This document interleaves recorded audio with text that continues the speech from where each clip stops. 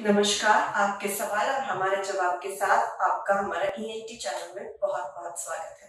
मैं नैन्सी चोपड़ा आज आपसे फिर से एक नया सा और बहुत इंटरेस्टिंग सा क्वेश्चन करने वाली हूँ डॉक्टर साहब। और हमारे पेशेंट्स नॉर्मली बहुत कॉमनली पूछते हैं कि क्या नहाते वक्त पानी झप झप करके कानों में डाल के साफ किया जा सकता है, या फिर साबुन के पानी को हम इस्तेमाल कर सकते हैं कान को साफ करने में या नहीं, या इसके कोई साइड इफेक्ट हो जाते हैं, क्या तकलीफ हो सकती है या नहीं हो सकती है, कितना सूद रहता है इस चीज को यूज करना, तो इसके बारे में आप बताइए। ये आपका बहुत ही अच्छा प्रश्न है।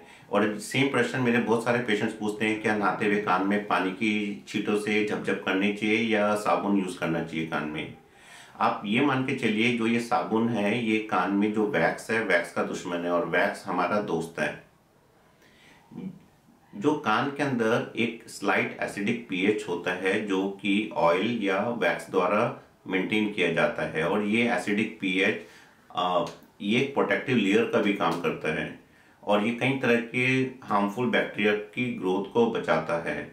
तो आप जब भी साबुन यूज करते हैं तो आप अपने कान से जो ये नमी है और जो ये ऑयली सिक्रीशंस है और जो एसिडिक पीएच है सबको खत्म कर रहे हैं, जिससे कान के अंदर ज़्यादा इन्फेक्शन होने का रिस्क बढ़ जाएगा।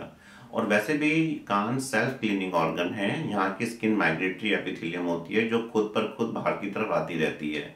तो इसलिए कान में आप कुछ कुछ पानी की छींटों से जब जब मत करिए, कान के अंदर साबुन बिल्कुल मत जाने दीजिए।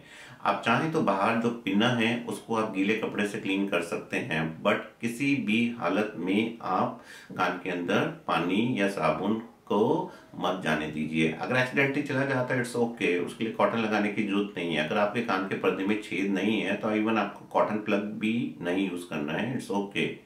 बट किसी भी हालत में आप वॉन्टरली कान में पानी के झपझप मत करिए।